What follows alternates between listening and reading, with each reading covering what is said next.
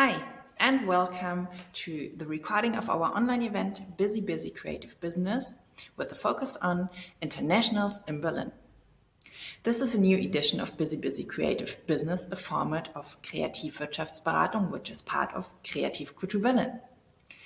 And this time again, we met some inspiring creatives and artists that are based in Berlin, but who also work internationally.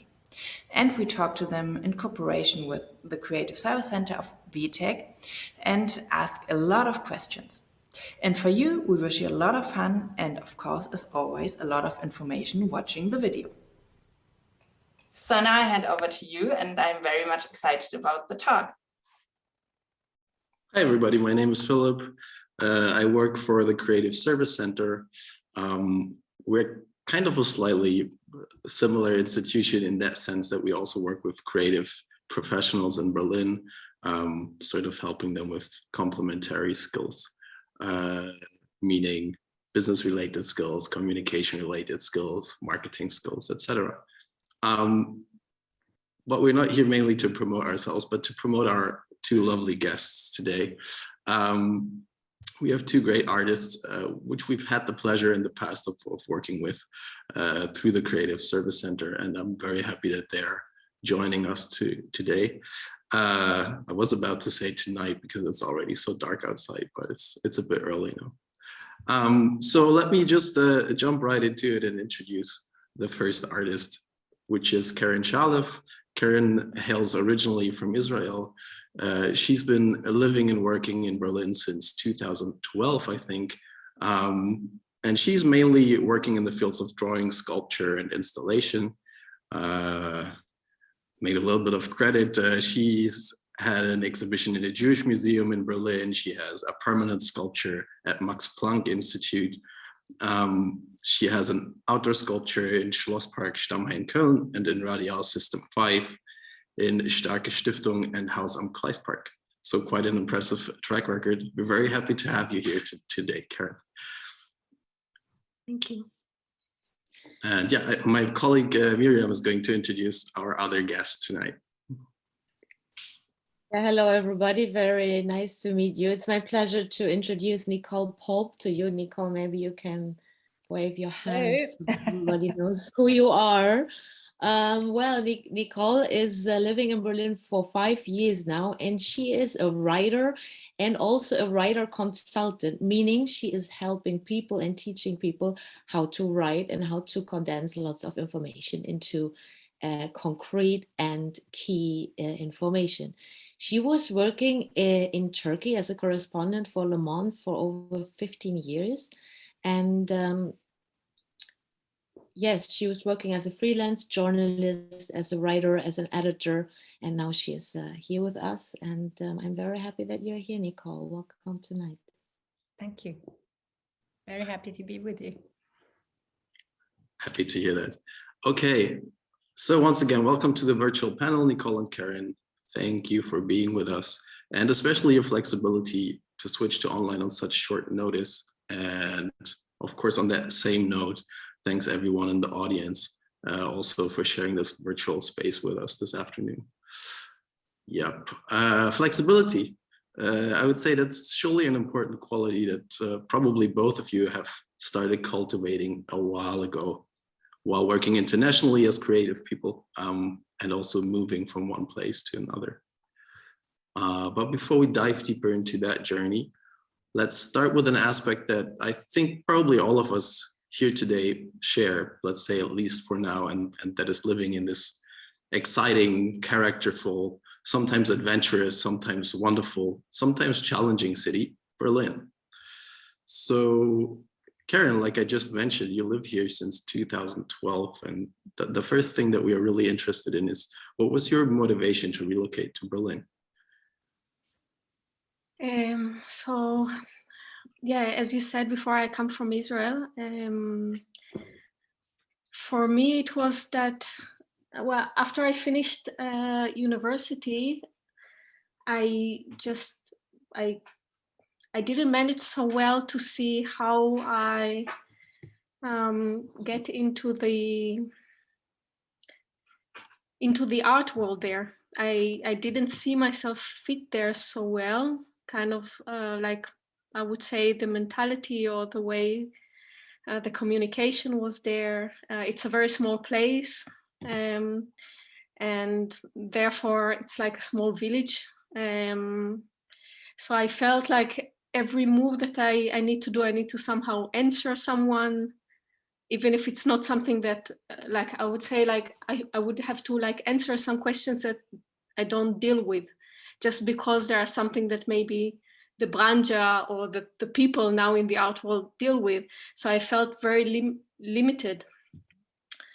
And I think I just wanted somehow to make a change for me.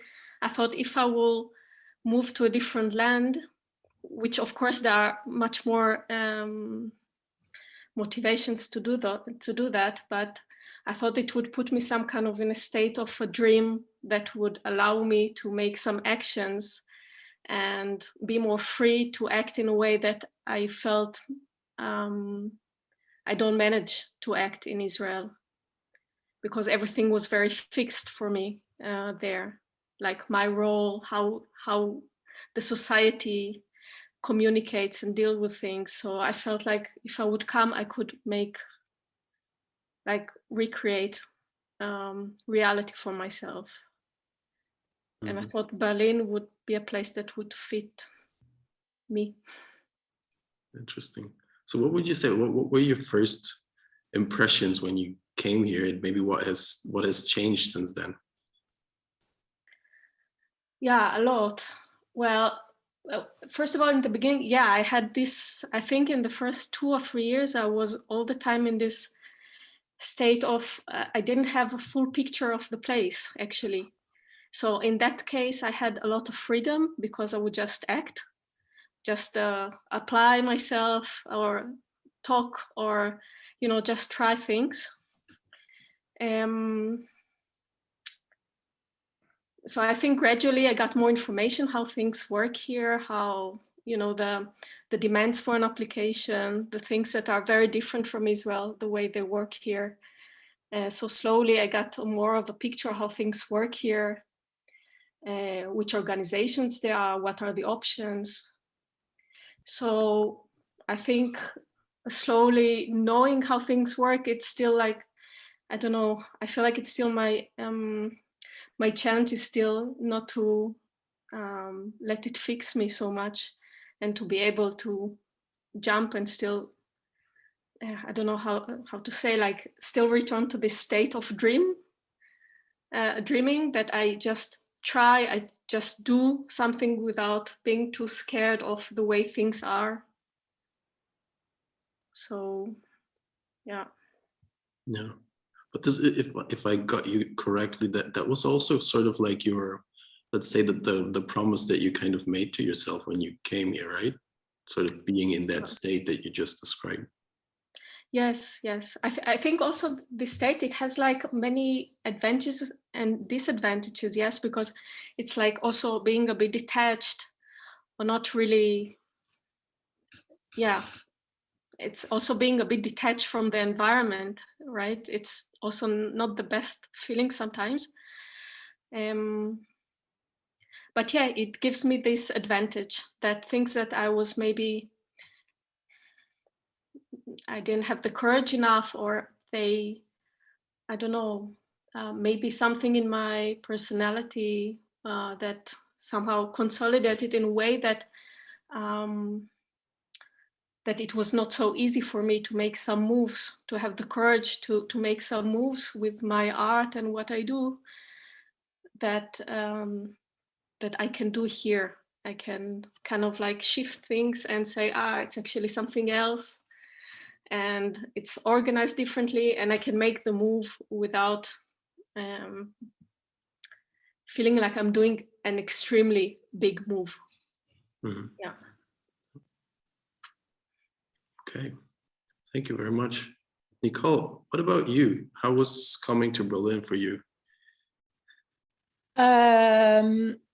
Quite difficult, actually, in a way. I mean, I'm originally from Switzerland, so I guess the culture is not that different, but I hadn't lived in Switzerland since my early 20s. In fact, I spent most, obviously I much more advanced in age, and I spent over 25 years in Turkey, and before that I had lived in Lebanon and in Iran and in Bahrain and Cyprus.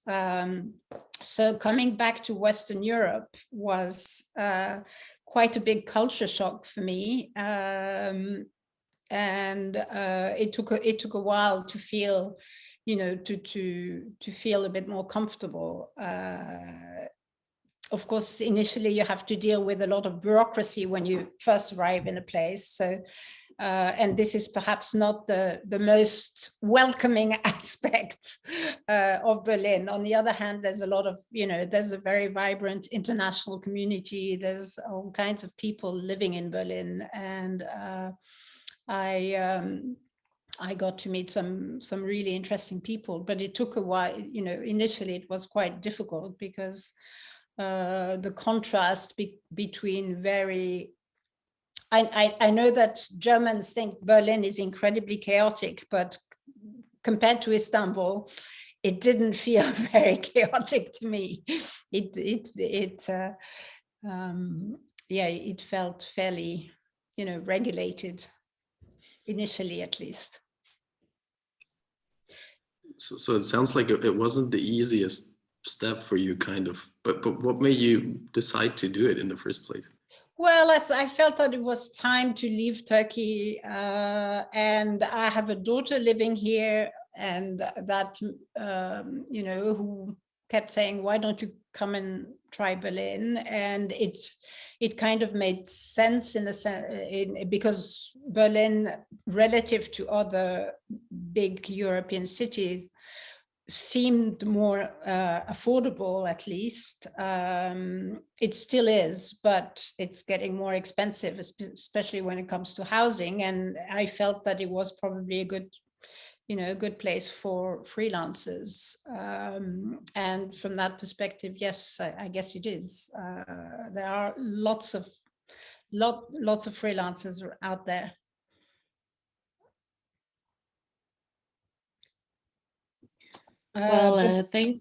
Yeah, sorry. Yeah, no, I just wanted to add, when it comes to work, because most of my work is these days I mostly work for international organizations and NGOs, and I do writing projects, editing and writing and so on, and research and consulting, and my work is not really tied to Berlin per se, so I could really do it anywhere. So I don't, in that sense, I don't have a proper foothold in the city. Mm-hmm. Well, thank you for sharing this. You were telling us how your journey led you to different places in the world, to different cities, to different countries. And when you recall all your journey that you made until today, what are kind of key moments or milestones or transitions that led you where you are today, apart from, places on a map? It's only afterwards, in retrospect, that you sort of see these turning points, and some of them sometimes can be, can lead you in. It's sometimes a decision of an instant that can lead you in a completely different direction without you knowing. A big turning point in my life was in my early 20s, when I was still in Switzerland, and I had friends who were South American. They were Chilean refugees at the time, and so I got very interested in South America, and I applied for a job with the International Committee of the Red Cross for humanitarian work, thinking, oh, they might, I knew that they were doing work in South America, and I thought, oh, maybe I'll get a job there. And when I went for a job interview, they said, well, actually, we have someone who's gotten ill and we need someone urgently. Would you be able to go to Baghdad on Saturday? And I said, yes. And I could not have pointed to Baghdad on the map at the time. But, it sent me to the Middle East. And then, and then I ended up spending, most of my adult life in that part of the world. So, I would not have guessed that at the time at all. So you have all these, you have all these different steps that happen, and you don't always, you're not always in full command of, obviously you still make decisions, but sometimes, fate takes you on a very different path, and you don't always know the immediate, the long-term impact of your decisions. Well, and in retrospect, what do you think what brought you in this instant of a second to say, yes, I do that. On Saturday, I go to Baghdad? I guess I had a, quite adventurous spirit. And I always like to learn something new and discover something different and expand my horizons. And I guess it's still part of my personality, because even with work today, rather than specialize in one thing and keep working on the same thing constantly, I always like to take on projects that take me up just a little bit outside my comfort zone, just push me a little bit, because I feel that the learning element is really what makes the work interesting. So I guess that's, that's part of my personality, I guess. Yeah. Well, thank you. So interesting where personality can lead you, and like be part of like the journey where you end up today. So Keren, if you think of some kind of moment, turning point, transition, key moment, milestone in your life, can you recall something that is like important to where you are today? You mean in relation that I'm in Berlin, or in relation in general, it doesn't need to be connected to Berlin at all.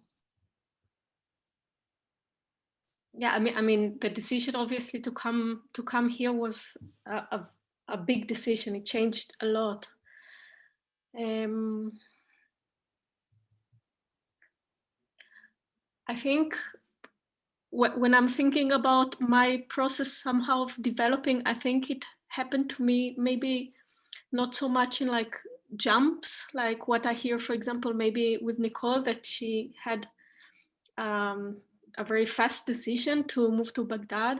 I feel like for me, it's some kind of like there is a cooking process in which I want something, but I have difficulty to move towards, and then I get desperate until I feel like I have no other choice but to make a move and to do it.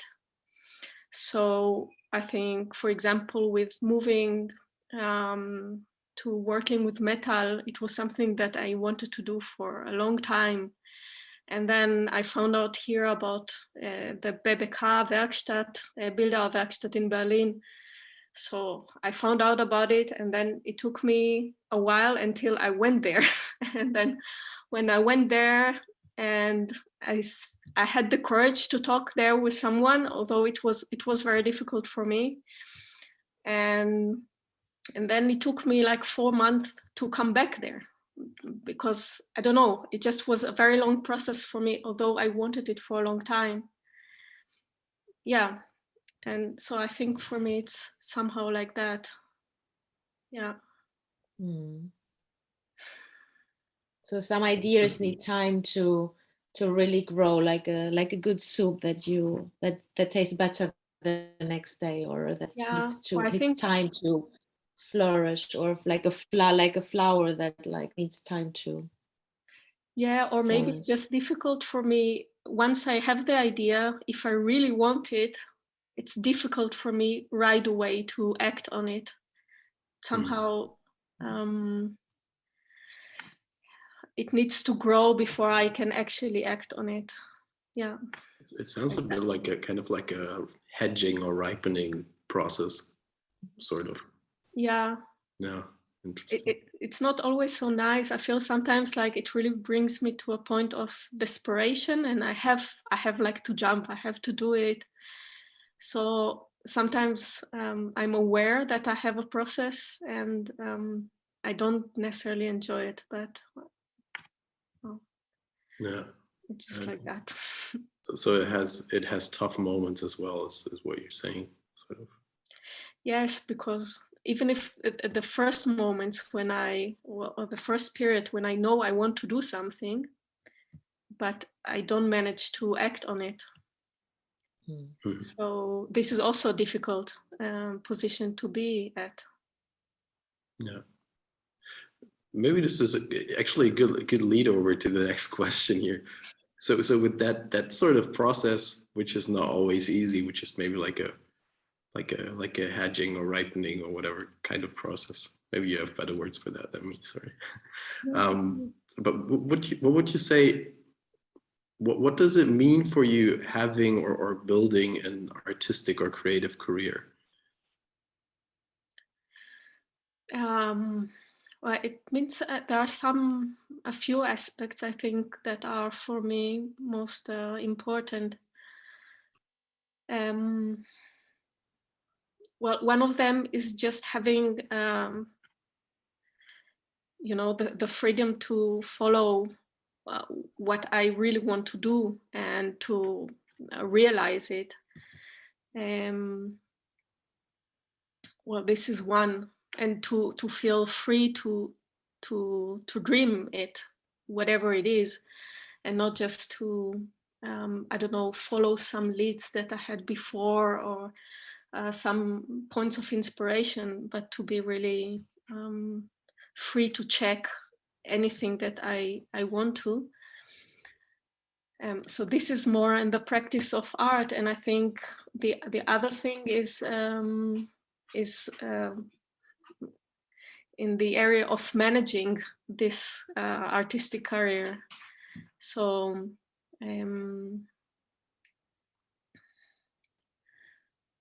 so I would say to do it better, more efficiently, and maybe also slowly get together with other people or institutes or bodies that could support me on that, on managing it.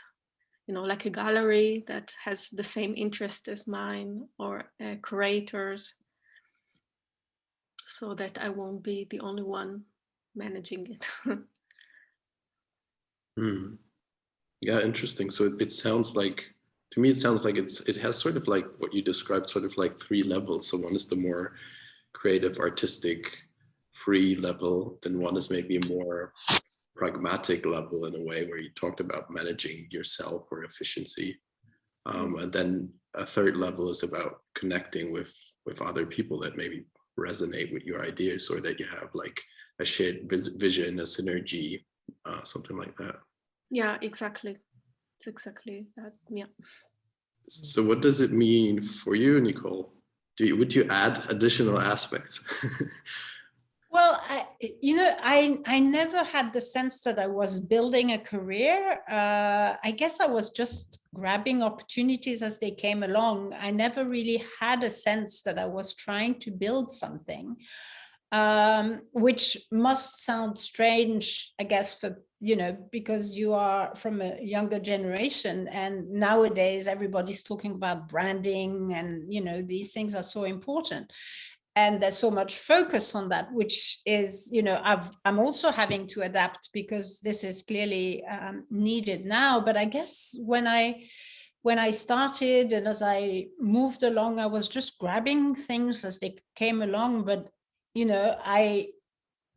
even after 20 years or 30 years, I still never had a sense that I had actually built a career. And it's only, I really needed other people to say, no, but look, you know, you've written books, you've been in big newspapers, you've done all these things, but I never had this sense that I was, you know, I had built something, as it were. It's only in retrospect that I'm now recognizing that, yes, there is a body of work there, and there is things that I've done over the years. And I can look back on, you know, 30 years of freelancing. So, I have that perspective now, but I never had that sense of really seeking to build something. It's kind of accumulated, I guess. Yeah, I think to me it's very interesting. It sounds to me like you're that you've somehow been quite good at like grasping a situational potential, rather than maybe sticking with a fixed goal or a plan which can predefine some sort of direction, but it also sort of like builds these limits where you have this corridor where it's like, I want to move this way, and then the things left and right, maybe you're not open for them, sort of. So it sounds to me like you've benefited from like a certain kind of openness there. Yeah, I mean, I guess that's what, you know, I guess that's why for me, that's what freelance life is about. And Keren, by the way, I fully understand your, you know, the agony of the process of, you know, I don't always make decisions on the spur of the moment like that particular day. Very often that's also like that for me. But I feel that, yeah, there have been, you know, the difficulty, sometimes it is exhausting to constantly have to self-motivate yourself and to try and seek new avenues.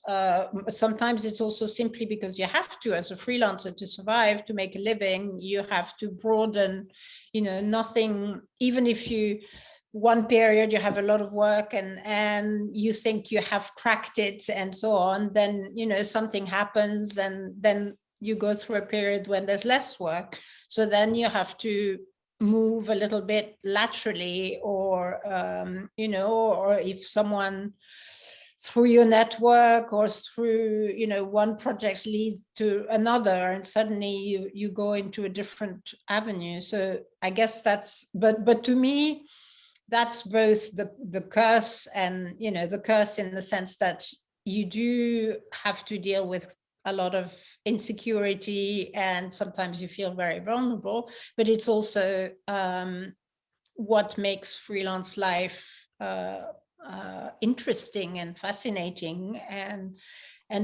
to me more exciting than having a regular job, even if there are plenty of occasions when I'd love to get the paycheck at the end of the month, you know, but I guess, yeah, I guess having that flexibility and having to change all the time, being forced to, is what makes life interesting, I guess. Mm-hmm. Yeah, you already talk about how like your journey has ups and downs, and that you're enjoying the freedom that comes with it, and that you never try to build a career. Nowadays, people talk about success a lot, and sometimes it's weird, like, what is success? What does success mean? And we were wondering, as artists and creative women, what does it take to be successful? What does success mean to you? And what maybe, Keren, when you think of it, of maybe one moment where you remember where you had a moment where you felt a little bit of success, or a big part of success? Yes, I think first of all, for me, the journey is a bit different than Nicole, because I feel like, yeah, I have the freedom, but I have, like, in my head, I have very clear goals. And I do feel like I'm building a career, and I feel like there are steps that I'm pushing through to get to a place where maybe I could let go a little bit. And maybe, so for me, the journey is a bit different.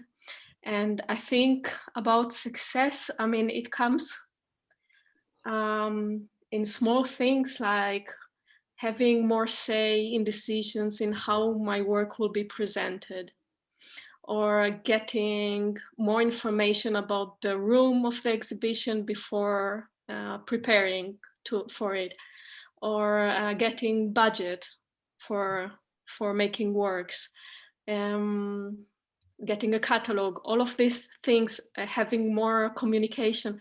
These things are very significant in what my work in the end will be.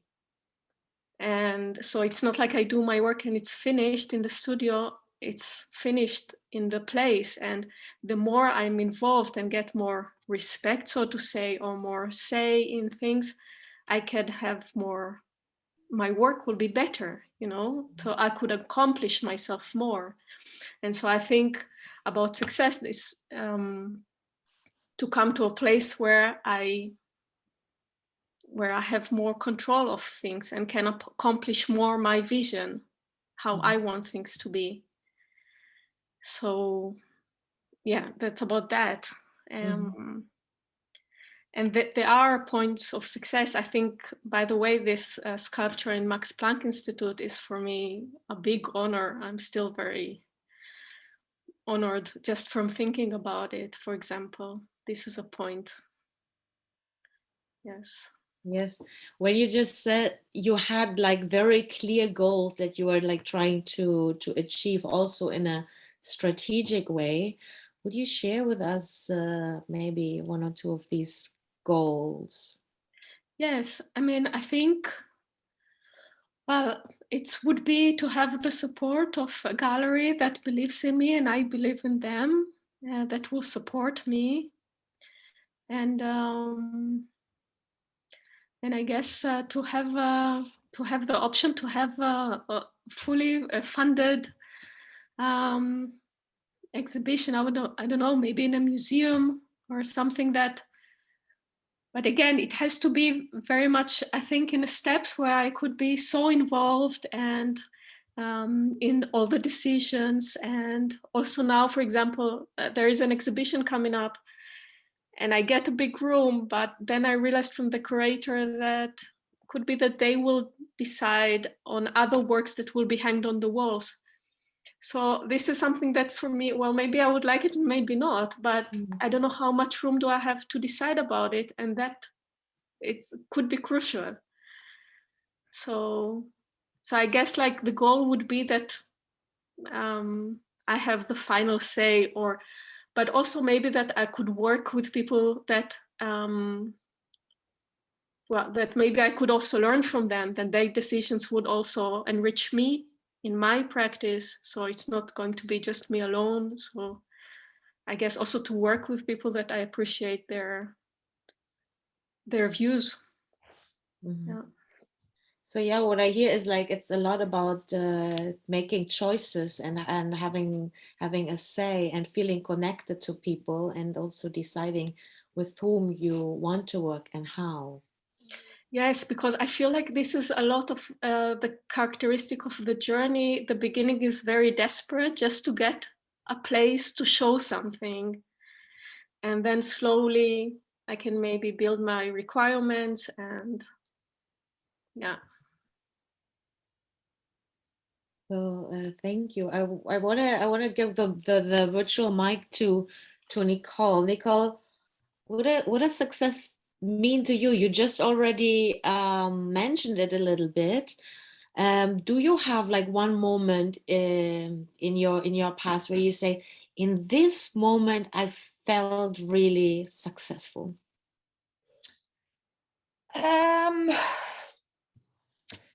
I mean, I guess one of the,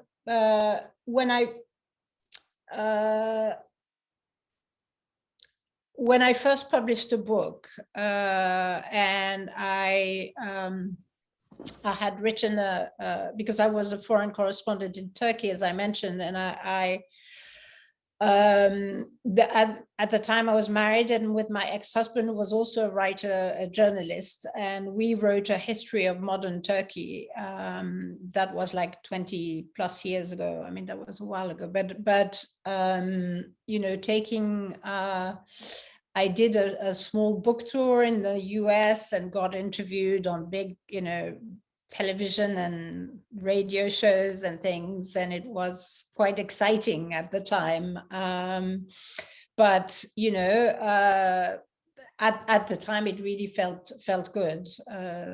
I've written one more book since then, but really I need to do more. So these are my goals, to write more books. Yeah, but I think for me, success is less linked to one thing than or to a specific goal than it is to. It's really, for me, it's having a rich journey as well, because I feel that the journey itself is part of where the richness lies. It's, meeting people, and, as a journalist, you also get to meet such interesting people at all levels, and so that's part of the richness that built in my life. And it's not a success specifically, but it added to my life. Nicole, you've already earlier mentioned the paycheck at the end of the month, and it's always a bit funny to talk about money. I think especially Germans are quite particular about it. So of course you don't have to name any numbers or anything, right? But would you share with us some kind of insight into your business model? Like, how do you actually make money off of what you do? How do you generate an income around what you do? How does it look? I never generate as much income as I would have, had I had a proper career in one company or something. When I look at my peers, my friends, people around me who've had more, traditional past, let's say. They're definitely all a lot wealthier than I am.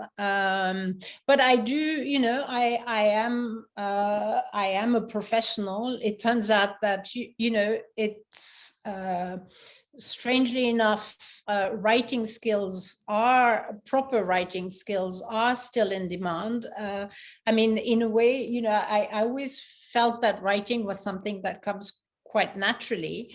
But then I started working for international organizations and NGOs, and you'd be surprised how many, experts in their fields have trouble, or even academics have trouble actually structuring an article or writing a report in a way that is accessible and free of jargon and can be read by lots of people. So I guess journalism has trained me to have that, always think in terms of structure and be direct and clear and concise. And these are skills that are, that I've been able to apply very much in my work, whether I work for UN agencies or the World Bank or other organizations, in terms of writing and conveying things in a clear way.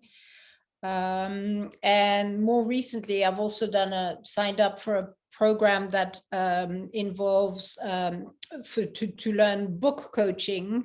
And that's about helping nonfiction writers, because I work on nonfiction. Again, you can have an idea for a book. It can be a great idea, but it's about structure and how you develop the idea and structure it. And this is something that I enjoy doing, really focusing on structure. So yes, there is a market for writers, and but as I said, if you have a job in one of these big organizations, you're going to still earn a lot more than if you are the writer they hire for specific jobs, I guess. But you can make a living. But it's funny that you were mentioning, Germans being, I mean, one of the difficulties I've come across, and I'm sure other freelancers found it too, is that in Berlin, for instance, renting an apartment, apart from the cost, which has gone up tremendously, but also if you don't have that paycheck, these 3 pay slips that everybody wants, it's very hard to rent a place. So I guess that's been a downside. True, yeah, the living situation is not too easy, definitely. Maybe one more detailed question, if that's not giving away too much of your professional secrets, but for somebody who's not a writer or who wants to start out as a writer, like what are kind of ways, or what way can you charge for writing actually? How does it work? Oh, I mean, honestly, there's no point me giving you a number, because there's No, I'm not talking about numbers, but just generally, like how.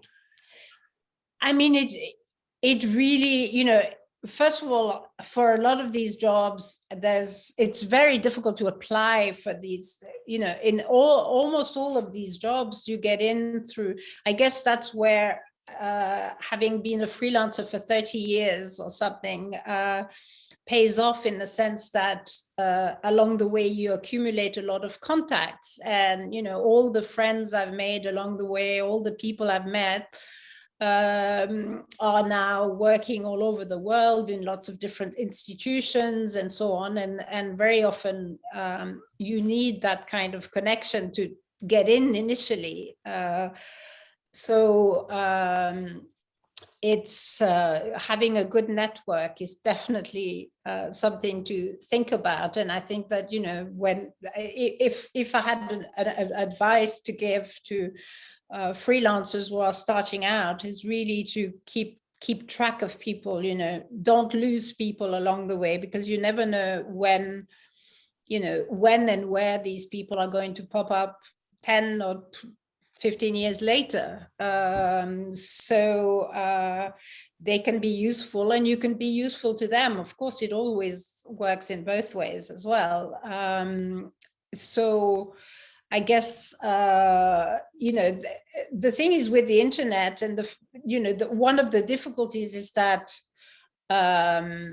you have to find people who recognize your value, because of course now that writing is something that you can do anywhere, so in effect you're competing with the entire writing community globally, and there are plenty of people willing to, especially very young people who have relatively cheaper lifestyle, maybe willing to do writing for very little money. There's loads of websites for freelancers and things where some people are offering their services for very, very little, and I could not work for the kind of rates that they are working for, but I guess I work at a different level at this stage, and people recognize that I add real value to what I do,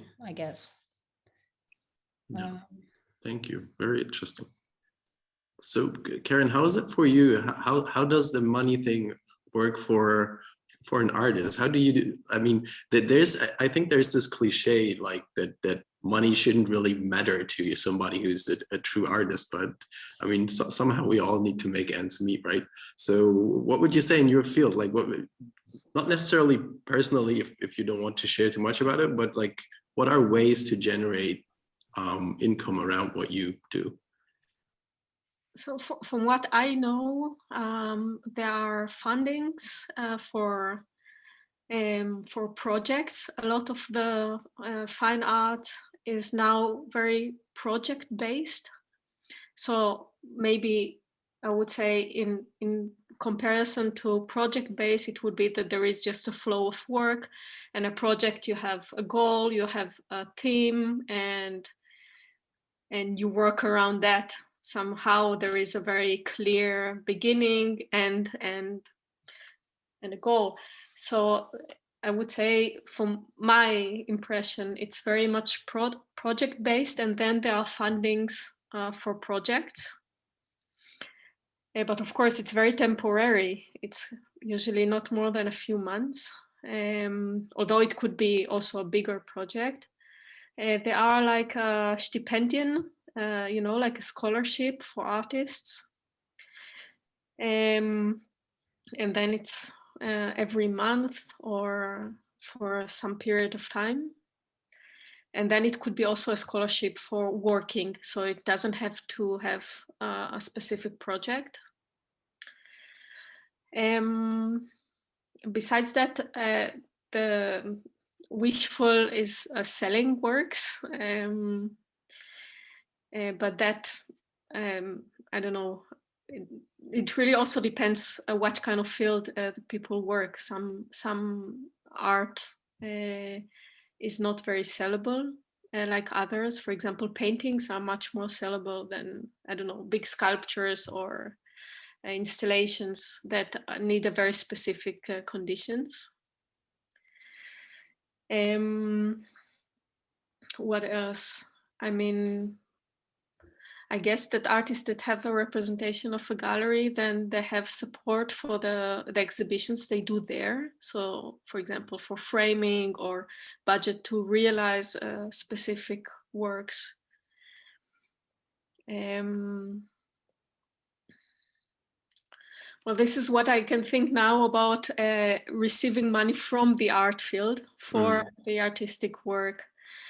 But almost every artist I know, not everyone. What I forgot, there is also what's called Kunst am Bau here in Germany, that I think every public building has to give a certain percentage for artwork in the building. So it's usually actually not so small amounts, and there is a competition, and yeah, so this is another way, and there are also competitions, by the way, just competitions.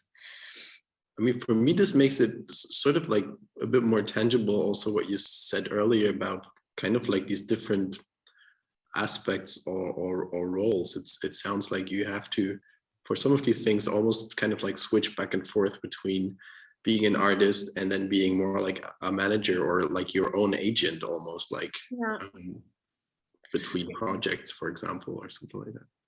Exactly, yes.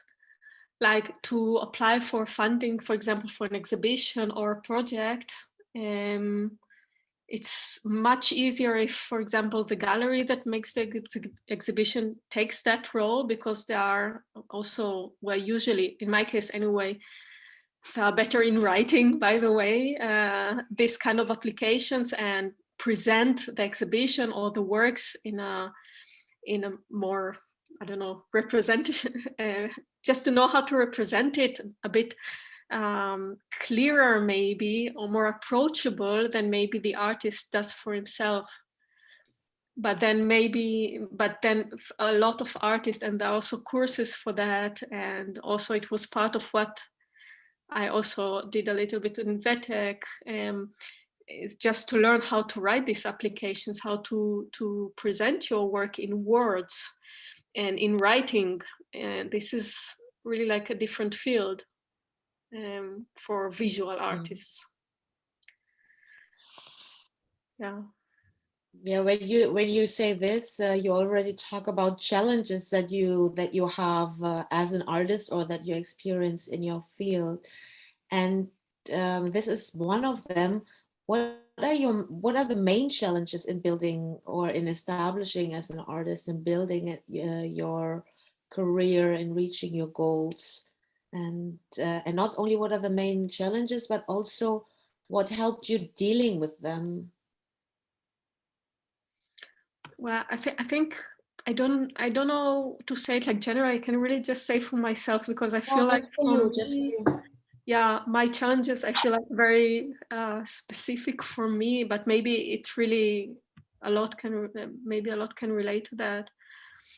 I feel like with my work as it is, I have a good amount of confidence with what I do, but to kind of like what we talk, this is management, and it all the time comes to my head a sentence that a friend that I studied with said, that being an artist is a social role. I mean, like being an active and a working artist, not as a potential artist, which is also something, but to be actual, to work as an artist, you need to have it as a social role. So it means to be active and interacting and be part of society. Mm-hmm. And what does it mean? So it also, like I said, like to represent yourself, to give from yourself. And this social role is challenging for me. Mm-hmm. It could be sometimes just to talk with a person that I think might appreciate my work, then it might scare me, just like that, like to come and show myself, here, this is what I do. This is scary. Yeah, I mean, the rejection, somehow I got used to it in some level, but I still fear it on the next level, to get again the bigger rejection, you know, the next one. Yeah. Yeah, I mean, thank you so much for your openness. What is it that helps you dealing with these moments of insecurity or fear? I think, like, if I'm really honest, I think it's just like moments of desperation that I feel like I have to, like, I would be worse if I'm not gonna do this move, or like this cooking period, you know, that I feel like I'm walking backwards, or, and then it feels, I think in the hardest moment, I feel like I'm really jumping off a cliff, and I'm okay, I'm jumping, and whatever comes, but it's not so often that not as often as I would like to, that I'm willing to do it. So, yeah. So meaning to jumping from the cliff and realizing you don't fall, but maybe flying. Yes, or maybe just like waking up and realizing, I just asked something, or I just asked for, I don't know, ask my professor for help with approaching a gallery, yes. Then that's all I did. Like, it becomes just an action. It's not, yeah. Mm. Mm. When you say you did this action, and you're like cooking for a while, and then at one point you come to the point where you actually jump. How is it for you now that you made the experience to actually jump a couple times? Does it get easier for the next time? It gets easier for, I don't know, I would say, like, the level of what I did, but like what I said, like, for the next step, it's still difficult, like the bigger things. Or I think it's a little bit easier, like I feel braver, let's say, or something. Yeah. Or something really turned out into, I got like a good response or good feedback, so it made me more confident. But then I still feel like what we talked about, the career and pushing forward, like the next challenge, it's going to be again for me, a new jump. Yeah, maybe I hope that in some years, if I continue like that, I would get used to it and be more relaxed about doing that. Maybe it's something that comes with the time and the practice. Yeah. Well, thank you already so much for sharing it in this audience. It seems like already like a big thing to being so open in front of so many people. So thank you very much for that. I would like to ask also Nicole, what are main challenges for you, and what do you feel like you know now, or you're able to do now that you weren't before?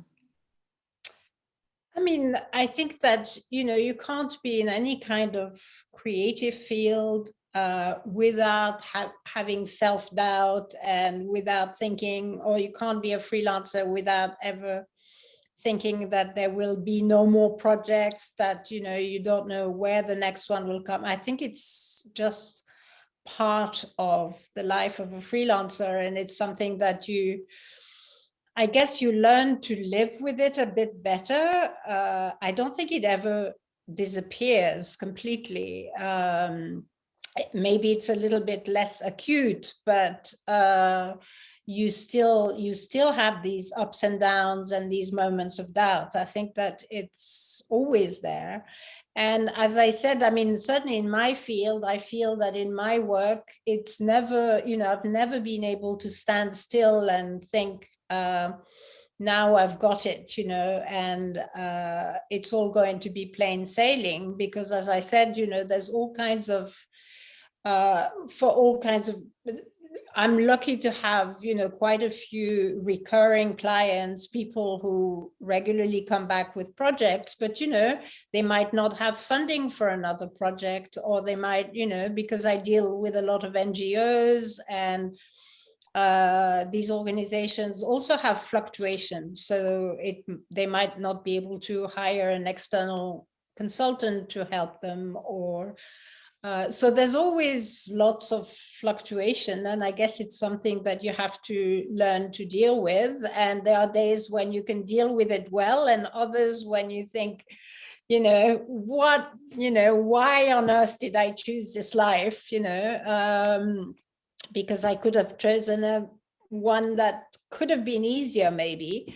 But ultimately, I also recognize that if I had to start again, I would probably go down the same path. So you just learn to deal with it. But sometimes getting some, and that's partly also how I ended up getting in contact with WeTeK is partly when I came to Berlin, and suddenly I transitioned away from journalism into something different. I realized that I had to brand myself. I had to kind of market myself, but I found it difficult to bring all the different pieces of my career, that had been so diverse in a way, together. And I didn't quite know how to present myself. And I did some coaching with Nicola Gazzo, who at WeTeK, who really helped,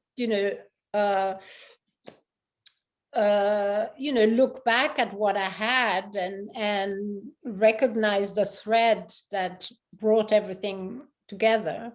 And also she also helped me recognize and exploit my network perhaps more systematically, really look at who I knew and reach out to people and just remind them of what I'm doing and what services I offer, and that helped a lot. But no, I think that doubt never completely leaves. Unfortunately, it's always there, but I guess you do learn to live with it a bit better. Yeah, it seems like you definitely experience a full spectrum of emotions over there. Yeah,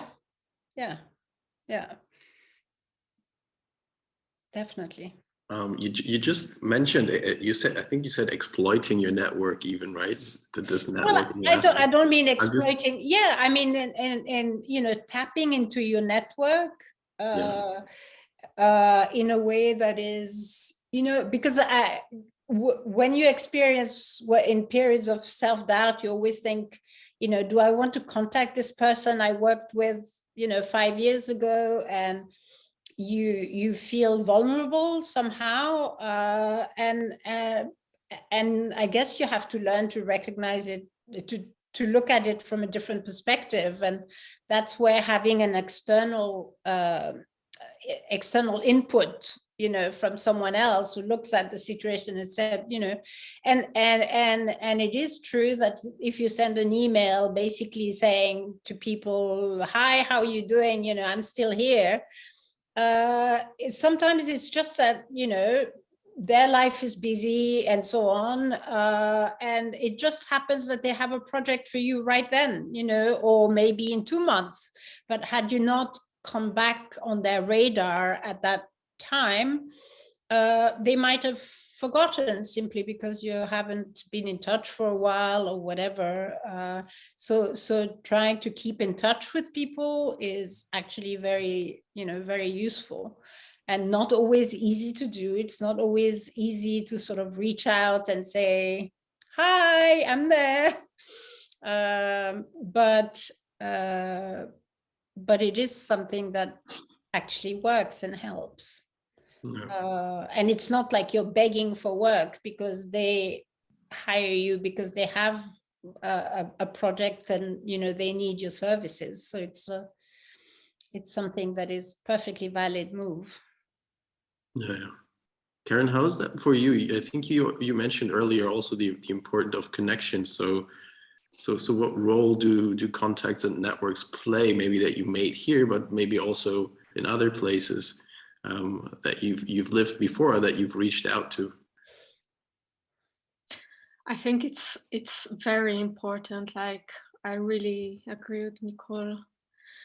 Like, even if I feel like that I experienced, it's more important that I would like it to be, because it's really not so easy for me to approach and ask. But I think that in the end, you know, you work with people, and so this is the connection to go outside and to continue working. It's not, this is the way. And in the end, you want to reach other people.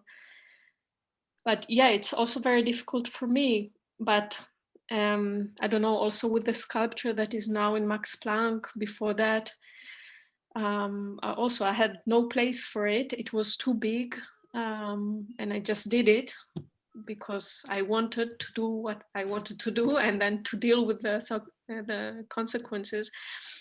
And in the end, I just contacted every person I know and asked them, anyone in the field, and asked them if they have an idea, if they have a solution, any contact. And someone answered, and they had a connection with a person in Radial System, and they organized the place for me, which is a great place also. And so I saved the sculpture, and from that I could continue roll with it. But I have also a lot of other examples that it just came from the connection that I asked and said, I'm looking for this and that. And yeah, I think it's very, very important. And also this is something that, yeah, I really learned also in WeTeK, just to sit and write the list of all the people I know that maybe connect, and then more names come and more names, and you have suddenly more ideas, and it's very, very effective. Yeah.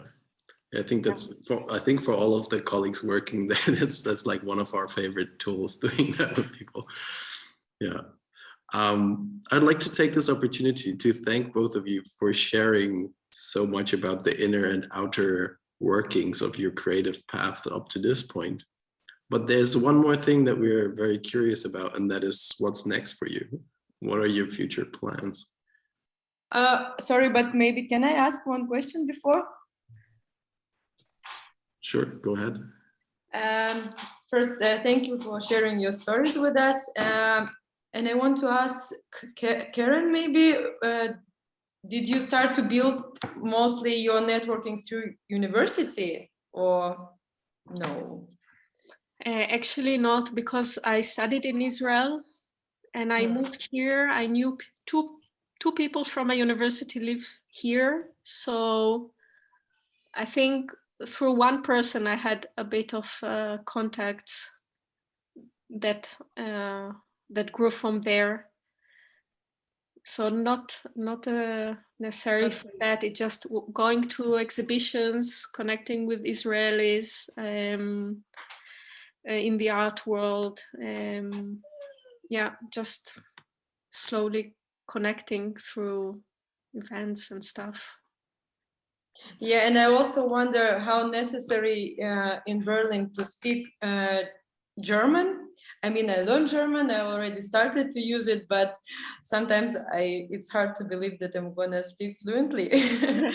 And how do you both find what's going on here in German? Because I sometimes hear, like at some point, at some level, there is no way to keep going without German or something like this. For me, it's very helpful to have German. I mean, it's easier for me to handle everything. Applications, communication, understanding how things work. But I have a friend, also a visual artist. She lives here, I think 10 or 11 years. And she doesn't know German. She has dyslexia, so it's very difficult for her to learn it. And she's still working very well. She found other people to help her with the application, stuff like that. It's difficult, but she managed to do it. Yeah. Thank you.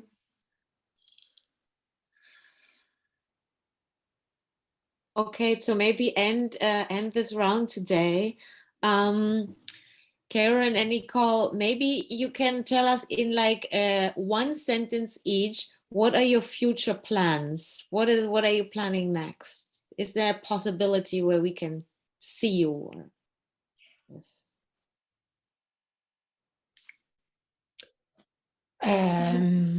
I don't really know what my future plans are. I want to, consolidate my business as do more book coaching. I want to do more personal writing and get onto another book. And I hope that exciting new projects are just around the corner. Thank you. For me, I have a few exhibitions now in the following year. And a Kunst am Bau project in the summer. And I'm starting to learn a bit working with other materials, new materials for me. And figuring out how I make the next steps forward. Yeah. Yes. Well, thank you so much. Maybe you can both later write your homepage or your contacts also in the chat so that everybody has the possibility to further check up on you. And in case you have an exhibition opening or anything like this already planned, you can also put it in the comments section. To do the last moment, I would like the two of you to ask you one tip each for people who are like new in town. What advice do you give to them? Keren. I don't know. What I did is I went, well, for me, it's fine art, it's the galleries. I just went to a lot of galleries and figured out where the galleries that are showing the type of art that I'm interested in, and start to just learn what is going on in the city. I think if one wants also to exhibit, and so maybe to learn how the application process is here, because a lot of it relies on that. Yeah. Well, thank you. And Nicole, what is your number one tip for people new in Berlin? I mean, when I first arrived, I joined some meetup writing groups, which I found very useful. And it was not, everybody was writing their own thing, but it was just, of course, this was pre-pandemic, right? So we met in cafes and things, and just having, spending a couple of hours with other people, and everybody was writing. Somehow you get the collective energy, and it was a good way of meeting people, and writing alongside others, because of course writing can be lonely, and sometimes it's good to meet up with others and work together. I want maybe to add in the fields of fine arts, because I talk all the time about galleries, but I think it's really nice in Berlin that you have many different types of ways to practice art. And it's not just galleries or commercial galleries. There are many, many alternative and many alternative options and project rooms. And so maybe to learn about all these options and see what fits you to what you want to do. Yeah. Well, thank you so much, Keren. Thank you so much, Nicole. It's really wonderful that you came here today, that you shared your experiences, your perspectives. It was so interesting to listen to you, two very different stories, very different fields, very different ideas and perspectives on things. And thank you so much also for everybody visiting here. And thank you so much, Zara from Kulturprojekte, to inviting us from Creative Service Center at WeTeK. Before I give. I'm also going to tune in. And I also want to say thank you, Keren and Nicole. This was very inspiring and a great insight. And of course, a huge thank you to Philipp and Miriam for the great moderation and for the whole talk, and also for the cooperation with WeTeK and the Creative Service Center. Thank you, guys. As we said before, we now have a couple of minutes left for your questions, so feel free. We just had Liza tuning in, so you can just unmute yourself, ask your question, or just write your question in the chat. We have about 5 to 10 minutes left to come to your specific questions. And Liza made a good example. You could hear that she was wondering how to get along in Berlin if you maybe don't speak German that fluently. And maybe one hint, I just sent you a link to our website in the chat. You can check it out because we actually offer free consultations on applications, so also on different questions along with the funding applications. And we do also offer these consultations in English, so feel free if you have any questions to check out our services and maybe also our events, because from time to time we offer workshops on funding applications. Right now there's nothing published, but if you subscribe, for instance, to our newsletter, or just have a look on our website in the next year, there might pop something up. Alrighty, so I talked a lot, so let me check there. I actually have one more question to Nicole. Yes. Am I sure that you mentioned that you have a kid? Sorry? That you have a daughter, no? Yeah, I have 2, but they're grown up. Yeah. Yeah, so I have a question. Well, as a parent, as a woman with a kid, did you meet up with some difficulties during your art journey? I don't know, to be a woman with a kid and to be an artist. No, I mean, when the kids were young, of course, there's a lot of juggling around, but I don't think that, it's like every working parent is involved in a lot of juggling, I think. So I don't think that it makes that much difference. No, it was quite long working hours when the kids were No, I younger. mean, maybe the difference is that the artist way of living is with money is not so fixed as a different works, I think, and freelance exactly. Yes, I guess so. I guess, I was at the time I was doing okay as a journalist, and I mean, not, I never earned tons of money, but I earned enough to have a decent, a decent life, I guess. So from that perspective, it was okay. Yeah. Thank you. Thank you, Liza. So are there any more questions for Keren and Nicole? Now is the chance. I would like to take the chance while people are thinking about their question. Sure. To just quickly promote, since we were talking about networking and you were mentioning these some of these lists and how to do a good network, that next week on Thursday, on December 9th, Philipp and I will do a seminar on networking. So whoever's interested, it will be in German though, but yes. So if you have basic German or some German, it's okay. You don't need to have academic German to attend. So it's Thursday next week. Wow, this sounds intriguing. Maybe you can send the link. Yeah. Yes, we can also put the link of the event in the chat. Yeah. Perfect. I also put a link in the chat to some of our English language workshops. So we do have an English program as well.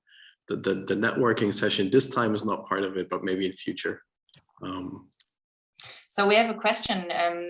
Do you have to pay for the seminar or your coaching? How does it work at WeTeK and the Creative Service Center? It's relatively straightforward. You kind of buy a package. It costs 40 euros because it's funded by the European Union mainly. And that includes, I think, up to 40 hours of workshops / coaching consultation. You cannot take 40 hours of consultation for 40 euros, but it has to be in a balance somehow.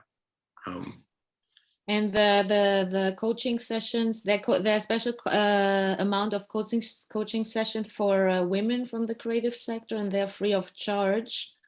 But right now there's a little bit of a waiting list to get an appointment because of course there's a big demand, but yes, and we're very happy to being able to offer this free of charge. And there are also a lot of different women from a lot of different fields who come and have an individual. Very useful.